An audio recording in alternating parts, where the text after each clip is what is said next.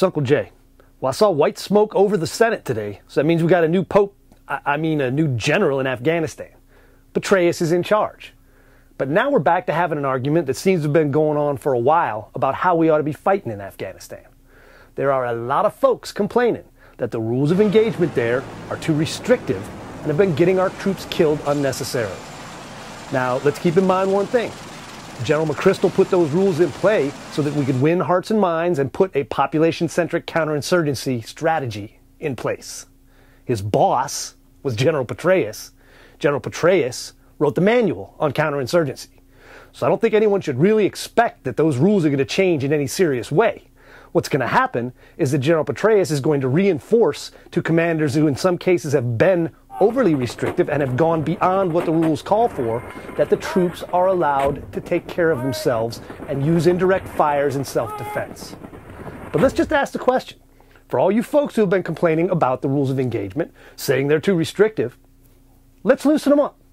Let's turn the people loose. Let's turn our troops loose. Let's kill some Taliban. And let's not worry about as much civilian collateral damage.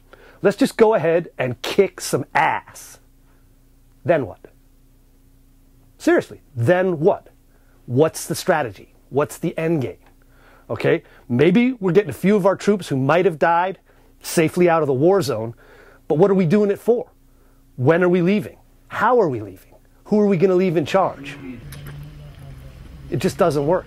There's no strategy there.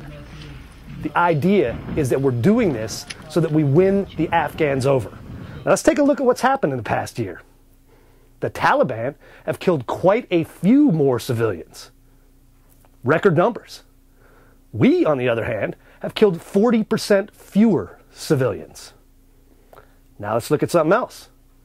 In the past 90 days, we captured or killed 121 Taliban leaders in 3 months. That's more than one a day. They're shadow governors, they're provincial leaders, the people who are running things. Now, how do you figure that happened?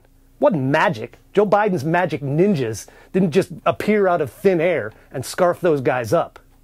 We had intel that told us. Where'd we get that from? Some of it we generated ourselves. A lot of it came from the Afghans. I wonder why they're cooperating now. I wonder why, when we stopped killing their family members and their tribal members, they started helping us. That's crazy. That'd never work. Or maybe it will. You know, I'm having a little moment of deja vu. Where before did we start helping the local people secure the populace, and a bunch of Islamist extremists who were killing more of the local populace started getting ratted out? Yes, it was. That's what happened in Iraq. That's what the Anbar Awakening was.